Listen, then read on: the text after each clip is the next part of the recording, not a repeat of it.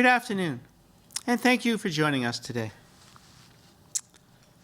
In the process of being transparent about the number of cases and deaths, earlier this week, we started to include data about probable cases based upon a national definition used by the CDC.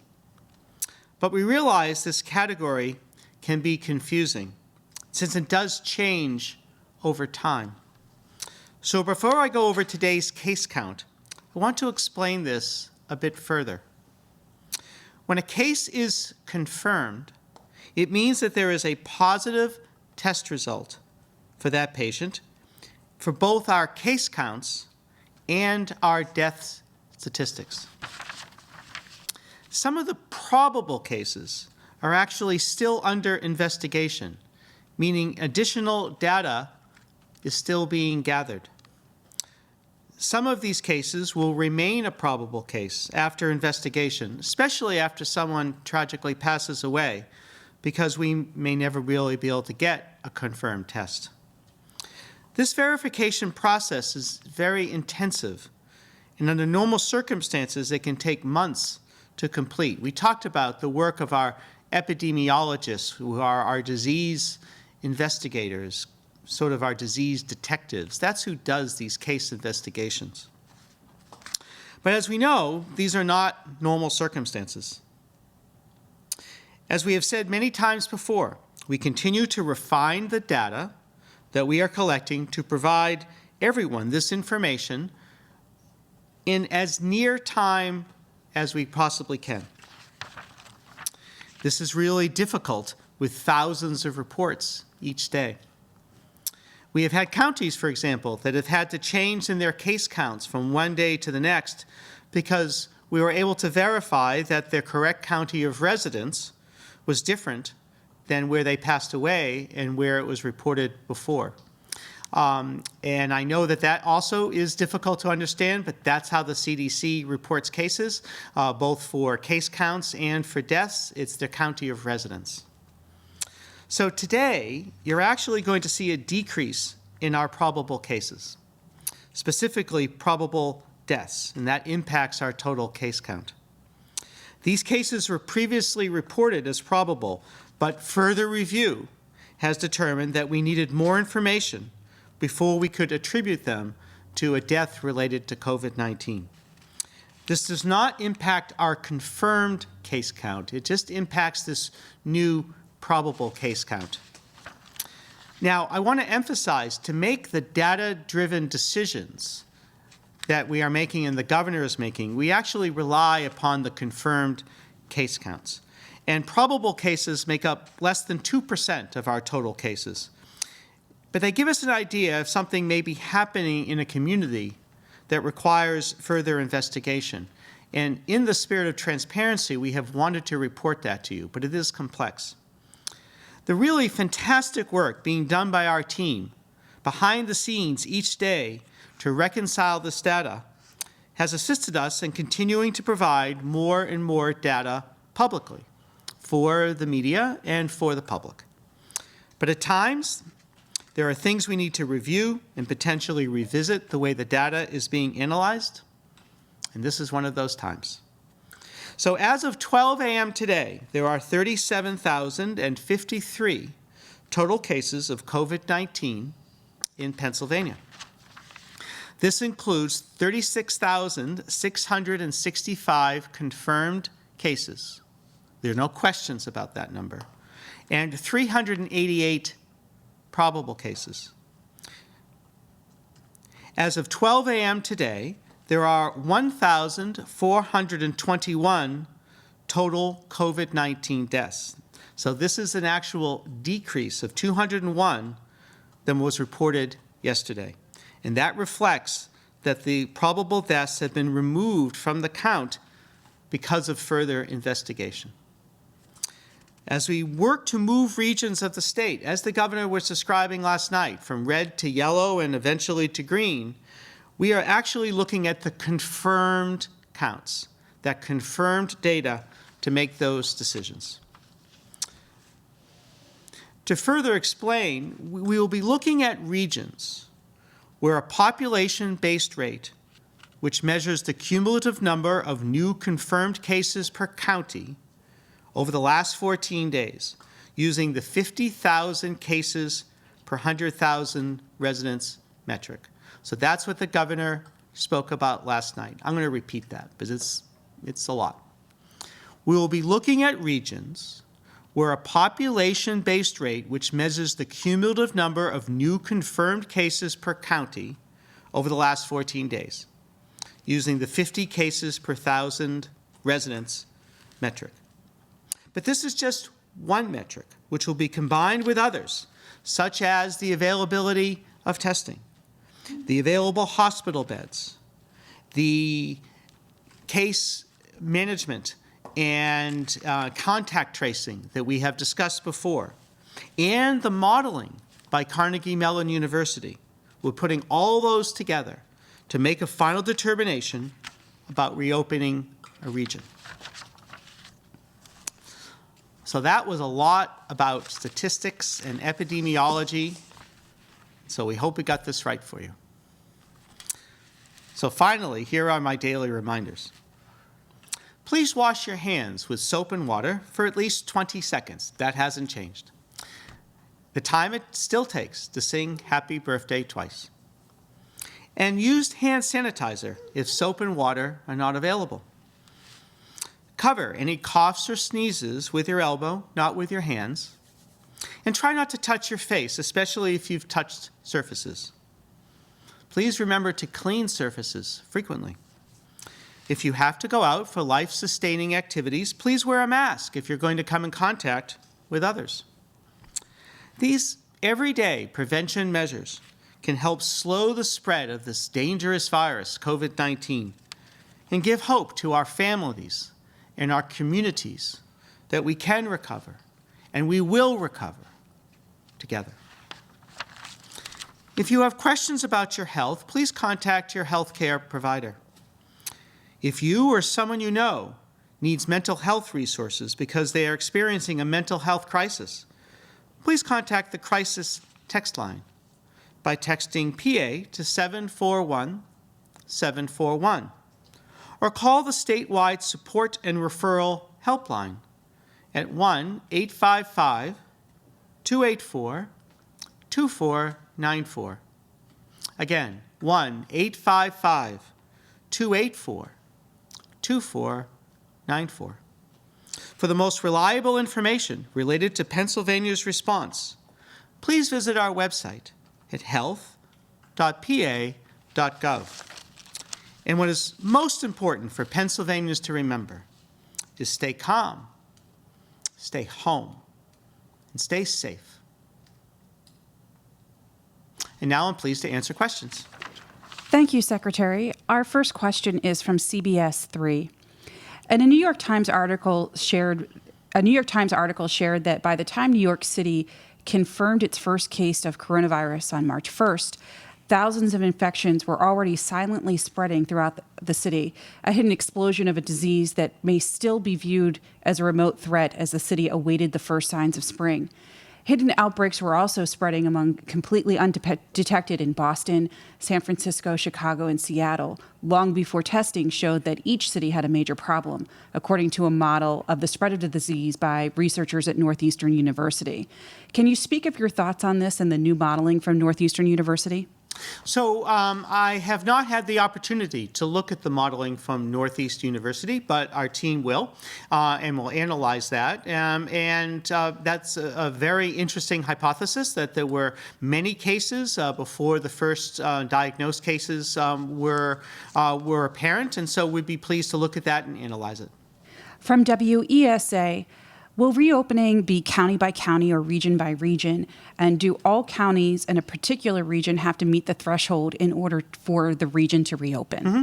So the opening will be region by region. And of course, the regions are made up of counties. And as I mentioned, that metric will be very important. It's something that we can measure and put and put down on paper. But it's not the only measure that we're going to be looking at. We're going to be looking at a number of different things to and variables to make our decisions. So it'll be the amount of testing we can do. It'll be the amount of contact tracing we can do from a public health perspective. And then we'll also have the modeling from Carnegie Mellon, and then other variables possibly as well. So there's a whole bunch of different factors that will be going into quote-unquote reopening a region. From WESA as well, for a region to reopen, there must be enough testing available for people with symptoms in target populations. How is enough testing defined? And will asymptomatic people in target populations be tested? So we will not be able to test asymptomatic individuals in target populations. We still will rely upon testing symptomatic individuals. We are relaxing, however, our standards in terms of who would be tested. Previously, we were prioritizing those that were healthcare workers, those in long-term care living facilities, and then other seniors, 65 and older, all of whom had symptoms. But we're going to relax that, and we're really going to start to look at anyone who might have symptoms, and we won't be using those other stricter criteria. But we will not be able to do the widespread population-based testing of asymptomatic individuals at this time. And so we're going to be looking at a number of different ways to increase our testing capacity. We'll be looking to healthcare facilities and hospitals and health systems to be doing testing. We're going to be looking and partnering with Rite Aid and perhaps other businesses to be able to do testing. We've discussed the possibility of having a mass testing site available. We heard the possibility of mobile testing today from Senator Baker.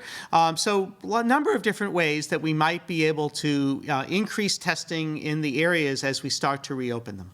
From WTAE, following CDC Director Redfield's reminder last night about the importance of getting a flu shot, we wanted to know if the Pennsylvania Department of Health is doing an early or additional preparations for the flu season that would begin in the fall. Well, we don't have early preparations, and I don't expect that we'll have additional preparations, but we always have very robust work to prepare for flu season. I'm sure that developing the flu vaccine as we speak, and then we will have a very robust push out of the flu vaccine and messages to get the vaccine. It'll be particularly important this year, even more important than usual, for people to get the flu vaccine so that they are strong enough to be able to deal with a possible coronavirus if they're exposed.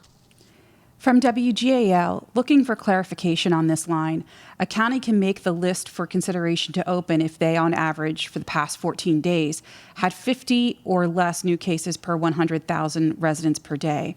Does this mean that you add up a 14-day period and calculate the average new case number over that time? In other words, we are calculating one number that is an average of those during the last 14 days. So just dropped my mask, excuse me. So it is, it's a little bit, I'm going to have to think about that one for a second, but I think that that's correct. And it isn't going to be counties that are isolated. So we might have a county where the rest of the region is having significant rates of COVID-19, but they might meet that criteria. We would not open that region. It's not going to be isolated county by county. It's going to be actually region by region, looking at the case rates from each county. From WKOK, what are the numbers looking like right now under the criteria to enter the yellow phase for Union, Snyder, Northumberland, and Montour counties? So I'm not going to look at each county and respond to that today, as the governor didn't last night.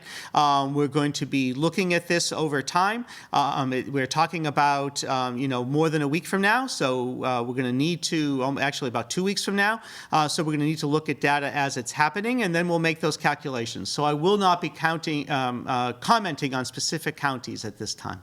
And then also WKOK is asking, why are daycare centers open but not gyms or schools? Well, so if people are going to go back to work in those counties, then they're going to need daycare. Otherwise, they won't be able to go back to work. The schools have been closed for the rest of the school year. That's not going to change, and we're not going to open up, restaurants or other types of things because of the need for social distancing. And then finally, WKOK is asking, many people still don't understand the principle of exponential epidemic. Can you explain that again? Sure.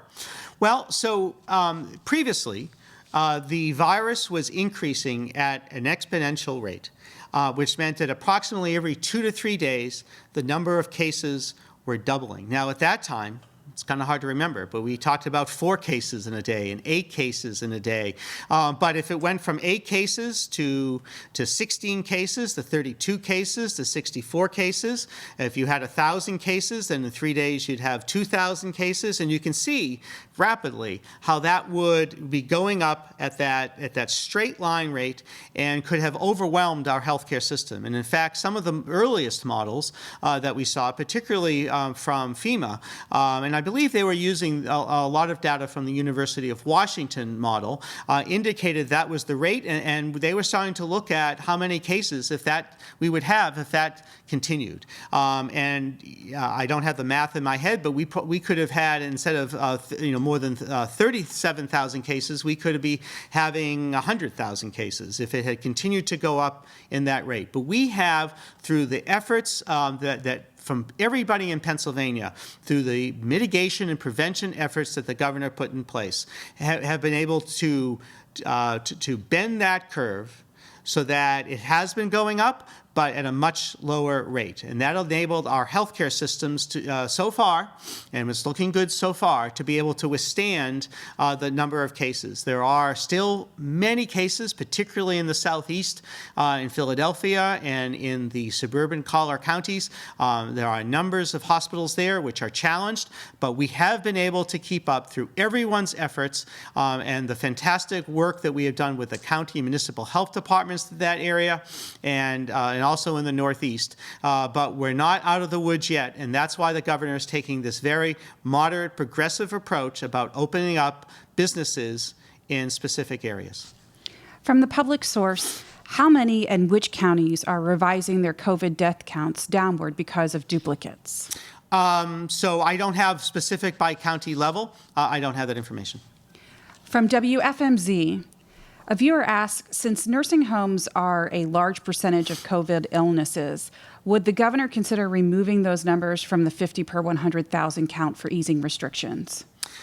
No. So it'll be all places and all residents in a certain county. We know, however, that the long-term care living facilities, all the congregate setting facilities, including nursing homes and personal care homes and others, are our most vulnerable populations. And so we need to do everything we can to protect them. Of course, staff go in and out of those facilities. And so if there is a hot spot in a facility, theoretically, a staff member could spread that, and it could impact a community. So all of that will be considered in counties. Also from WFMZ, due to the shortage of tests, local hospitals are only testing people with symptoms who are over 65 or otherwise at heightened risk. Please map out the steps the state would take to get statistically reliable results for the 50 in 100,000 threshold. Well, so as I've mentioned before, we want to continue to expand the amount of testing that we have available. And that, of course, will depend upon having the reagents and chemicals and resources for each part of that test. So we continue to test priority patients at our laboratory in Exton. For instance, the patients that are being tested at the Mohegan Sun Arena parking lot, all those tests are being performed at our laboratory in Exton.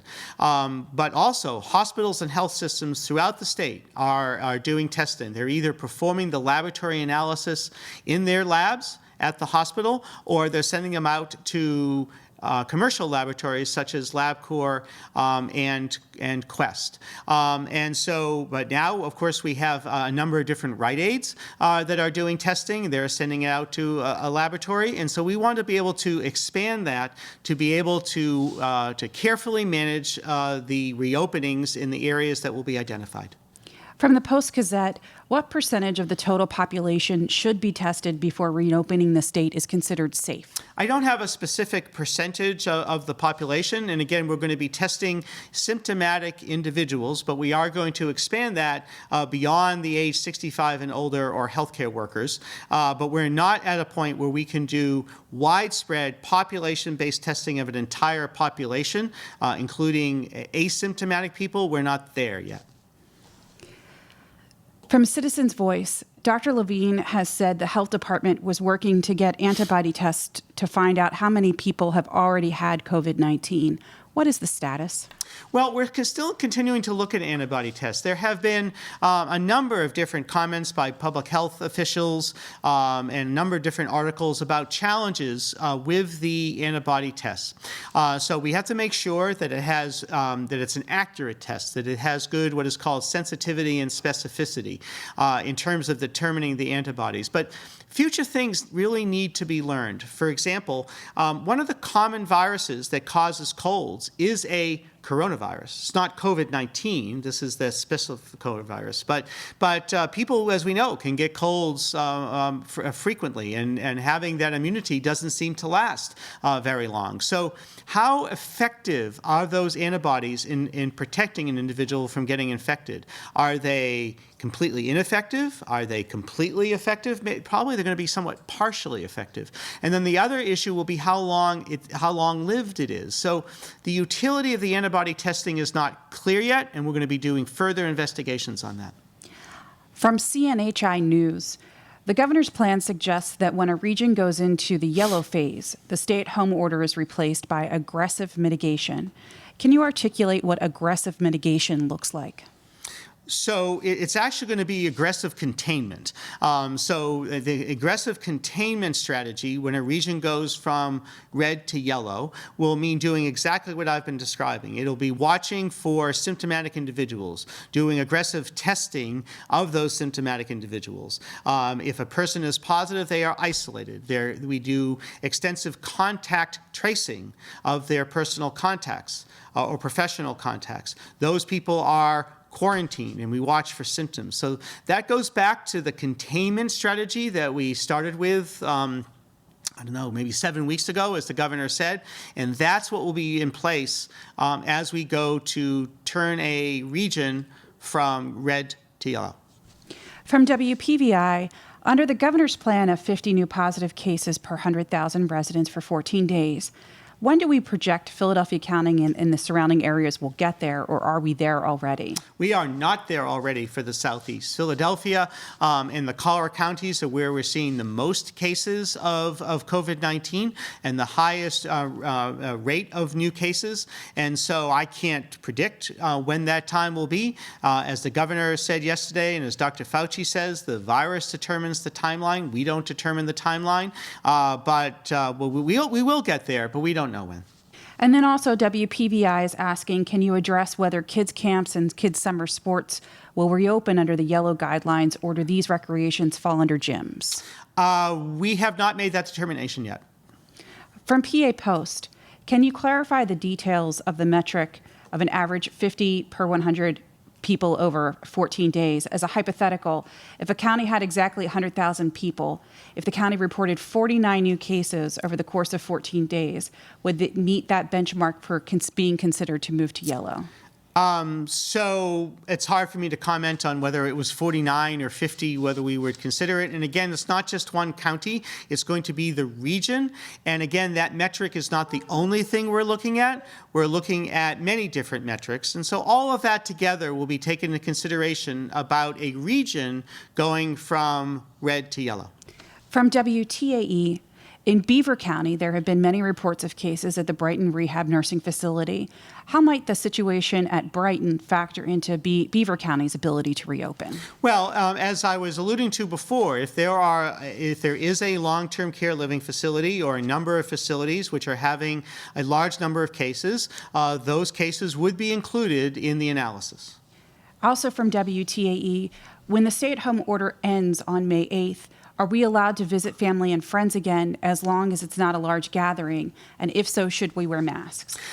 So in the areas that go from red to yellow, the answer would be yes. But we do recommend social distancing as much as possible. And we would recommend the wearing of masks. I really think that since my mask protects you and your mask protects me, that as much as possible, we're going to want people who are leaving their home to wear masks. And that will be part of the efforts to prevent the spread of COVID-19 from starting to reoccur in those yellow areas.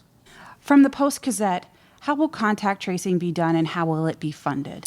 So we have a plan that we're finalizing about how contact tracing will be done. A lot of the work will be done by our absolutely fantastic public health nurses in our county and state health department centers, as well as working with the county municipal health departments in those specific areas. But we're also going to be using volunteers. We're going to be working with hospitals and health systems that area. So we have a whole strategy that we're finishing up and would be pleased to release that when it's ready. From the Tribune Review, can you explain what appears to be consistent issues and hiccups in reporting death data? Allegheny County officials subtracted 5 deaths today, indicating they were duplicate reports in the state system that's used for reporting. Additionally, the state listed 3 fewer deaths today in Westmoreland County, where state numbers had for weeks been behind what the county coroner was reporting. Why is this happening, and how can you assure residents that they can have confidence in these numbers when they keep shifting? Well, I think I outlined that at the beginning of my talk. We're really trying to be very transparent. That's why we've added the probable cases and the probable deaths. That is a CDC standard. But, you know, in a global pandemic where we're having thousands of cases, it is really, really difficult. I don't know some of the specifics about those specific counties, but we do know that there are a number of different reasons why cases have, the case numbers and the specifics have ebbed and flowed. Sometimes, as I mentioned, it's been that we realized that a patient was a resident of a different county. That's how the CDC counts it. It's the county of residence. But we also, as we talked about, with further investigation, have taken some cases off the probable roll. So I know it doesn't always seem like it, but we really, really are trying to be very transparent and very open about the data. That has added to the complexity, and that's what I was at least trying to explain before. From WTAE, has it been decided precisely which counties will be grouped by region for making reopening decisions, and is that list available? So you know, we're working on all of that as we speak, but we're not there until the 8th. From the Tribune Review, you've been providing numbers regarding ventilator availability across the state. Where does Pennsylvania stand on dialysis machines? More and more people are experiencing kidney failure as a result of the virus, and some cities say their hospitals are scrambling to meet that need. I have heard that there's challenges with dialysis machines. I don't have granular data at this point, but we will be looking for that and be able to give it to you in the future. From News Talk 104.1, with coroners on the front line of this pandemic, why are you waiting until next week to hold a call with them, as you stated in the Senate hearing earlier today? Well, we want to make sure that we understand the different nuances of this problem. So I'll be making some individual outreaches, but we're going to wait till next week to be able to have more of a conference call. From Spotlight PA, it appears the number of tests being conducted daily has fallen. Is that because there's less of a need for testing or less of a supply? I'll have to look exactly in terms of our numbers. I know that it had fallen over the Easter holiday and over Passover and Easter. I'll have to look exactly where it stands, but the need for testing has not gone down. I think that that's one of the reasons why we're loosening the criteria for testing, to try to make sure that we can do as much testing as possible. And Secretary, our last question today is from News Talk 104.1. Are suicides related to the stress of COVID-19 being reported as COVID-19 deaths? No. So if someone tragically takes their own life because of the stress associated with the global pandemic, but they do not have COVID-19, they don't live with someone who had COVID-19, and they had no symptoms of COVID-19, they would not be considered a COVID-19 death. Thank you, Secretary. That concludes our briefing for today. For reporters whose questions we were not able to get to, we will respond within 24 hours from the Department of Health Press Office, and we will bring you another briefing again tomorrow. Thank you.